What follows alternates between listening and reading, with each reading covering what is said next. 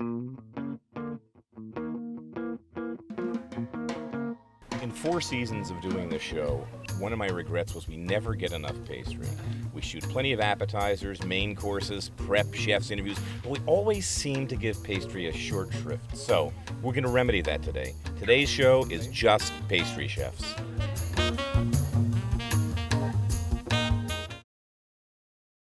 As I said, today, just pastry. No front of the house, no back of the house. No hot side, no cold side. No prep, no guys cooking, no fire, no chefs even.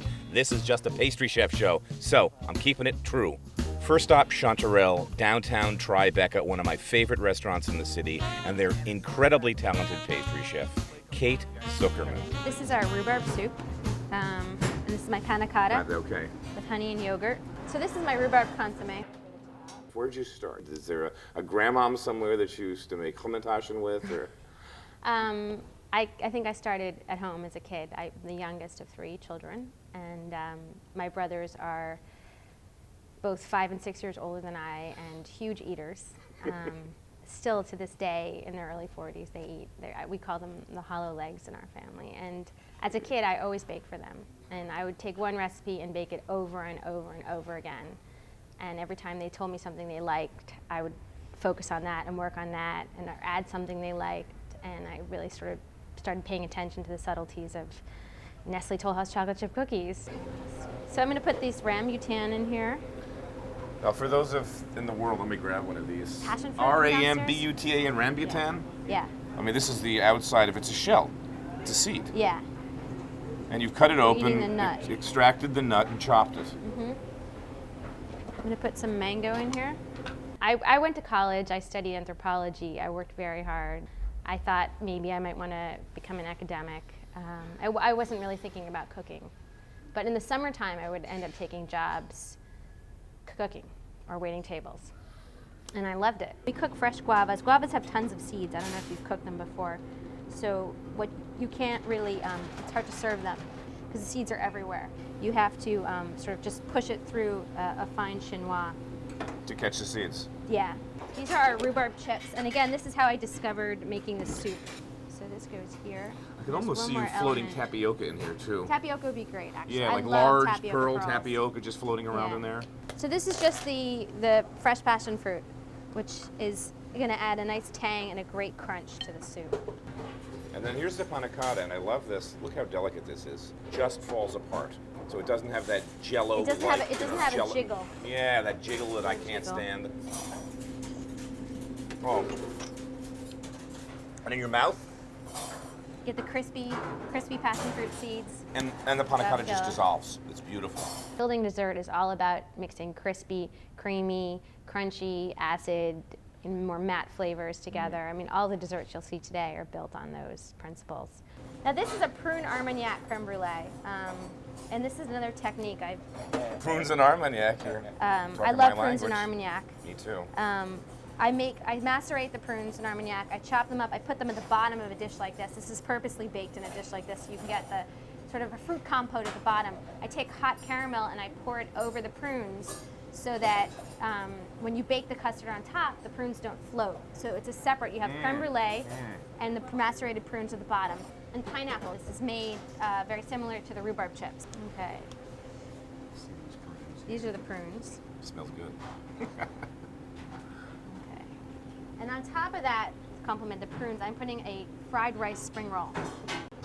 And this gets served with quince sorbet, which is one of my favorite fruits of all. Everything I work with is quince. Quince is an amazing fruit. It does all kinds of things under certain conditions. Just when you thought you'd seen it all with creme brulee. I mean, how many of these we had in our life at this point? 1,000 or 2? This is superb. Really, really great. I knew this menu. I wanted to use strawberries, California. Grapefruit's still coming in strong from Florida. And I like to use herbs here and now, here and again. And I've never used tarragon, so. In a dessert? No, so here it is. For the longest time, pastry chefs sort of came in at 6 in the morning and they left around lunch. And it was this canon of, gâteau Saint Honoré, Black Forest cake. It was just, that's what you did. This is a grapefruit caramel sauce. Then as we got into this sort of modern 80s, chefs began to mess with pastry more. Suddenly pastry became an a la carte station that really stood out on its own. Right. And for you, having worked hot side, does that also affect your pastry in terms of your concepts, in terms of flavors, textures? I mean, you tell me what the process is when you're coming up with desserts. I definitely think it affects my process. I see myself as a line cook. So I have my fruits, and I combined the cannoli, which provides a nice crisp snap and a really rich, creamy flavor. Now that you're making these, I'm saying, yeah, this is exactly the reason I love your desserts, because everything is spot on. I'm curious to try one of these strawberries.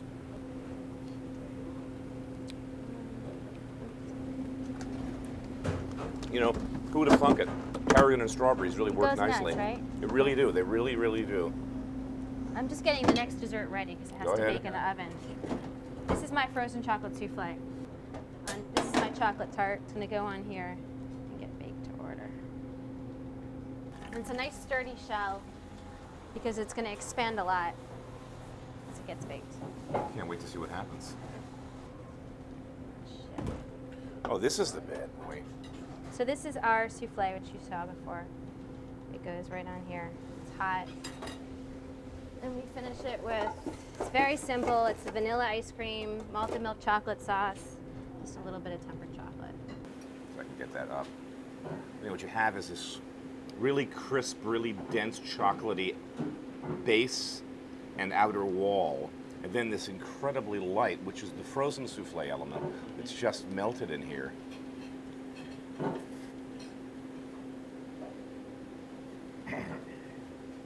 If you love chocolate, that's a must-have.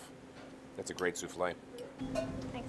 No, it's really brilliant, brilliant, brilliant. Thanks for having us in. Thank you. And I'm glad you got to taste everything. good luck with the book. Thank you. Next stop, John George's super popular Chinese restaurant, downtown again, Tribeca. Pichet Ong is the pastry chef, and he does the pastries for both Spice Market and 66. Kind of different, kind of a different twist, but he's a neat guy. Let's get inside. It's Ovaltine pudding with caramelized rice and Rice Krispies. Ovaltine pudding. Yes. Where'd you get the idea for that? Well, as a child, I grew up eating a lot of Ovaltine, and then that was one of the ways that I can consume dairy. Actually, it's basically Ovaltine powder that's mixed in with milk. Right. But being lactose intolerant, I had to consume it with water instead of milk. Pichet, tell me your story. How did you get involved in pastry? Well, actually, I went to school for architecture.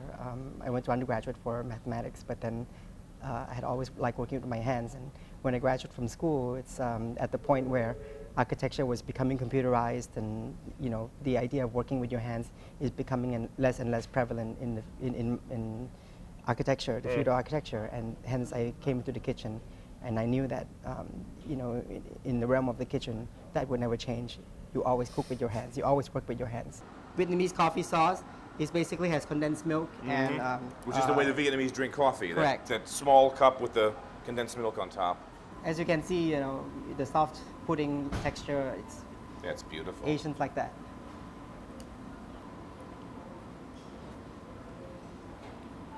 Oh, great pairing too. This is another one of the signature desserts that we have here.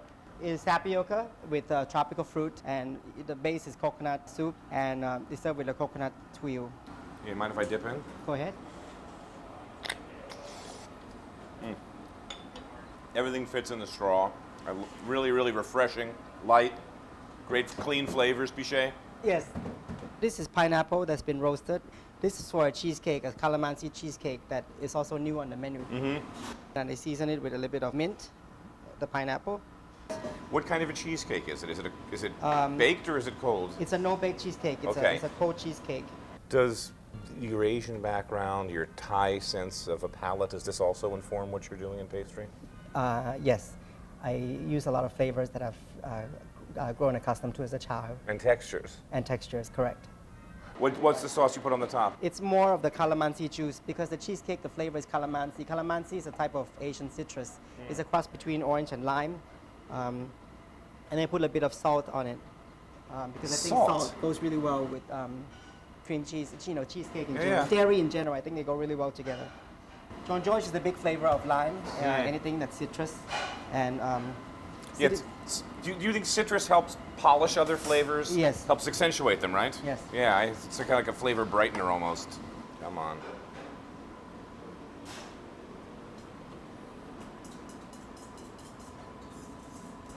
like that. Is that one of the lightest cheesecakes you've ever had? Amazing. The crust is made out of walnut cookie crumbs. That's great. Thank you.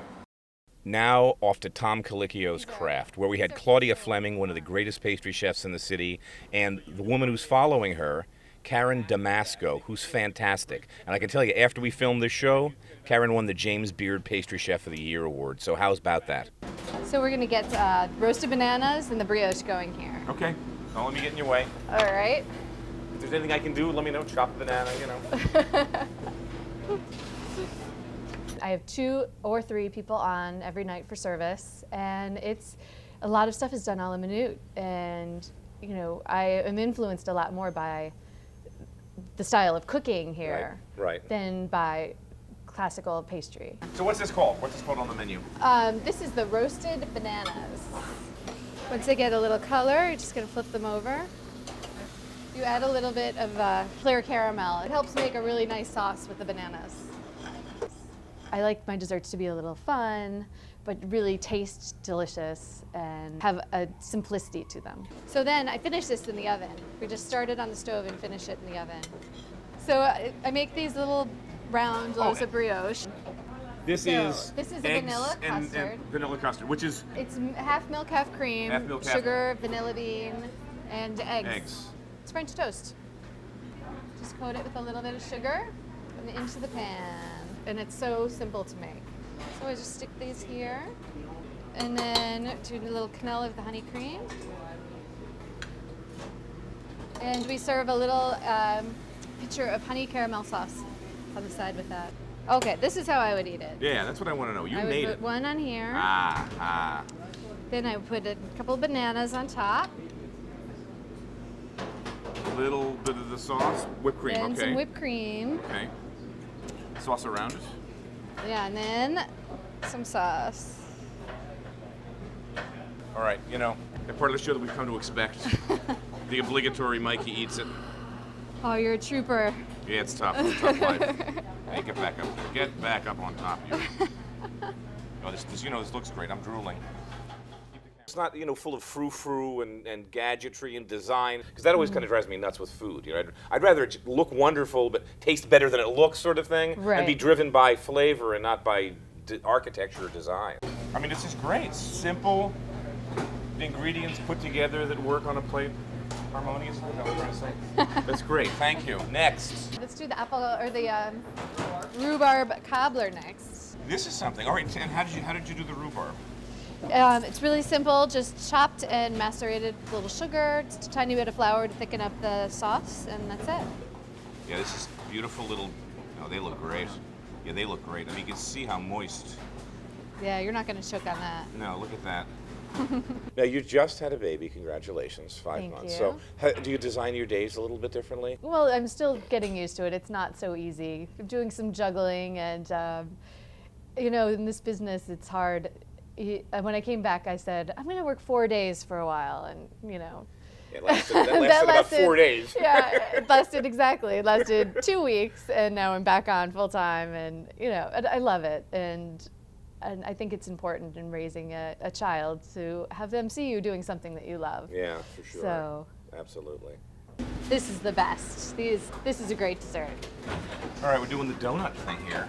Yeah, throw them all in. We got the chocolate donuts, the regular donuts, the holes. Yeah, the whole thing. Beautiful. All right. This is the donut dressing station. Cinnamon sugar. And then just it's like a chocolate crackle glaze. Oh, Lord. Nothing better than a great donut. I agree. Oh, that's beautiful. All right, let's plate them up. Let's plate them up. And there we go.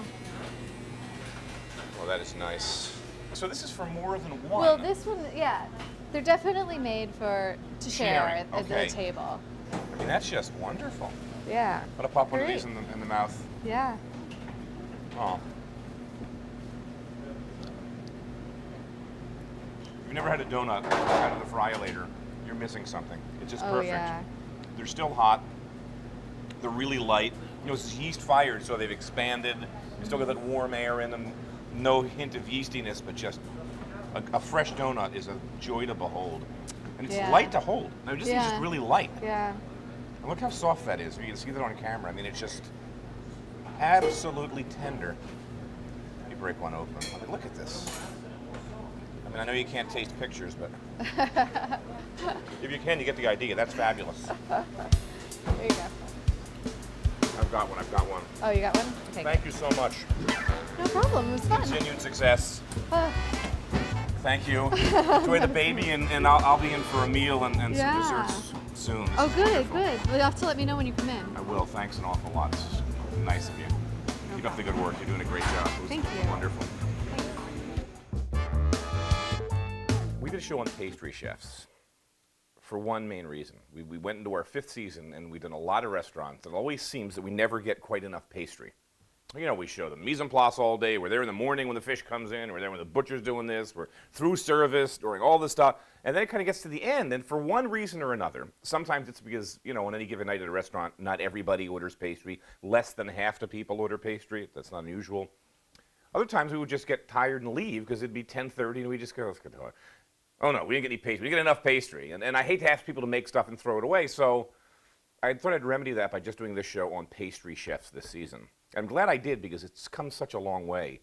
When I was a kid, and for generations, let's put it that way, you know, pastry chefs just did the same stuff. They came in the morning, they left by a little after lunch. You know, they'd be there at 4 a.m., baking their brains out, and leave after lunch, and everything was out on a trolley. It was really simple. We talked about that with Karen and Kate, and you know, you can almost go from one restaurant to another and recognize what they were doing. It was a familiar cast of desserts.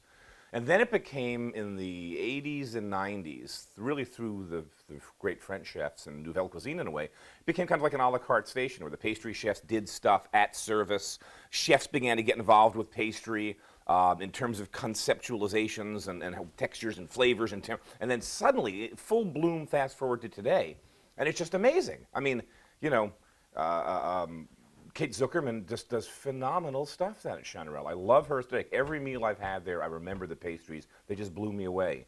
Karen Damasco just won the James Beard this year, 2005.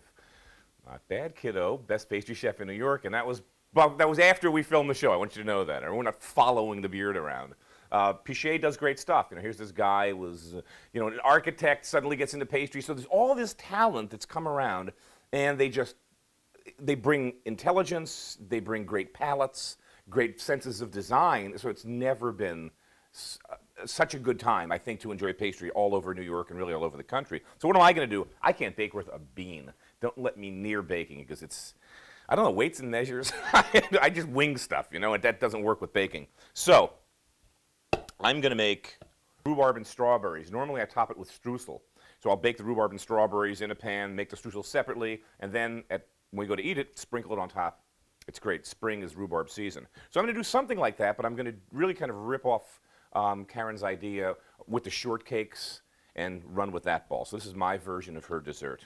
First one we have is rhubarb. I've washed this, I've cut the ends off, and we're going to cut this down. I'm just going to cut this into smaller pieces. About like this. These things take a while to cook. I mean, rhubarb needs heat and it needs sugar. Strawberries are in season. They're beautiful. We're just going to clean these. Big, fat. These are really sweet. All right, strawberries are really going to break down when I cook them, so I've left them kind of big. We're just going to mix these up a little. Well, when you bake fruit, if you're doing any kind of fruit like this goes in the oven, whether it's apple, blueberry, strawberry, rhubarb, you have to consider the moisture factor in the fruit. Apple has a fair amount of pectin, so apple kind of tightens itself up, doesn't weep a lot, whereas blueberries are the other way. They just turn into soup. Strawberries are pretty much right in the middle and towards the soupy side.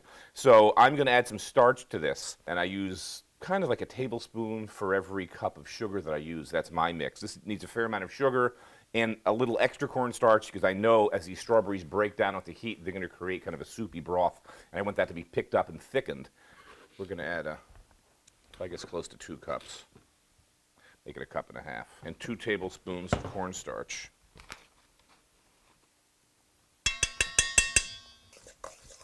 mix these together. And now, in there they go. Just mix all this up right into my baking dish. As these strawberries start to collapse, this whole thing's going to go down, so you can really overstuff these. If you're an experienced baker, you know this happens all the time. All right, we got about a 375 oven, and in it goes, and I'm putting it right on top of that sheet pan in case it bubbles over. We're going to set the timer for about 45 minutes. I need 1.5 pounds of all-purpose flour, and I'm weighing things. This is what I mean about baking, you know? You can't wing it. This is why I used to like playing jazz rather than classical music. You gotta play the notes on the page, chef, okay? No improvising. We're baking now. They say 8 ounces, they mean 8 ounces. 1 3/4 ounce of sugar.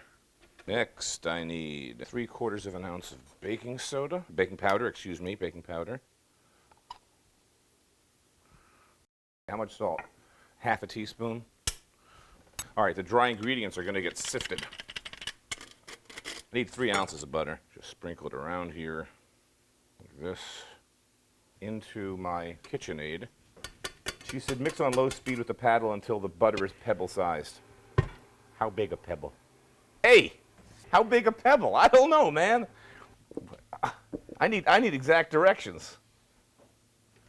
Karen, help me. I think they're pebble-sized. All right, now to this I'm gonna add 3/4 cup of buttermilk. I'm just going to scoop these out. These are going to spread when they bake. So I'm just going to scoop these out. Little delicate sizes here. These are going to be like little floating shortcake dumplings on top of my strawberry rhubarb schmear. All right, 3 1/4 oven. In they go. They're not going to take long. We'll check them in 10 minutes. All right. It's been actually closer to 25 minutes, and these are perfect. That's what I want. Yeah, see that? She's bubbling. It's gone down a bit. All right. But that's the idea. Get some of that beautiful liqueur in there. Ice cream, you could use whipped cream if you wanted. We're just going to turn a little cannelle here. All right, we'll do one there. Fine. Another one there. Just going to melt and let's create a little sauce. And we'll get a little piece of shortbread for our dome. That's pretty much the idea. You've got the sweet, sour rhubarb strawberry combination is beautiful sauce. It's really, you can almost just drizzle that over the ice cream. And then this is the starch. So as you're eating all this together, you can sort of break little pieces of the shortbread off, as we will do here. So we'll get a little of this, a little ice cream.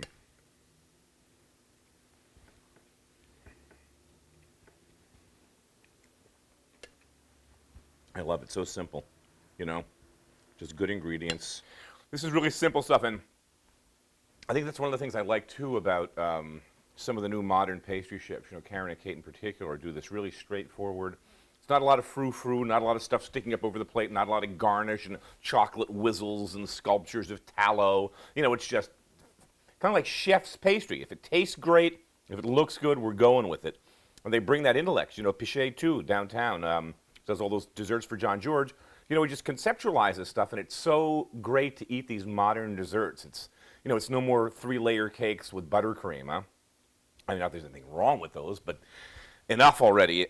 So this is great, really simple. We're going to do another show next season on pastry chefs because I'm a real fan of the genre, and who knows? Maybe one of these days I'll even learn how to bake a little, not a lot, just a little. All right, until next time, try some desserts at home. Enjoy, be well, eat well often.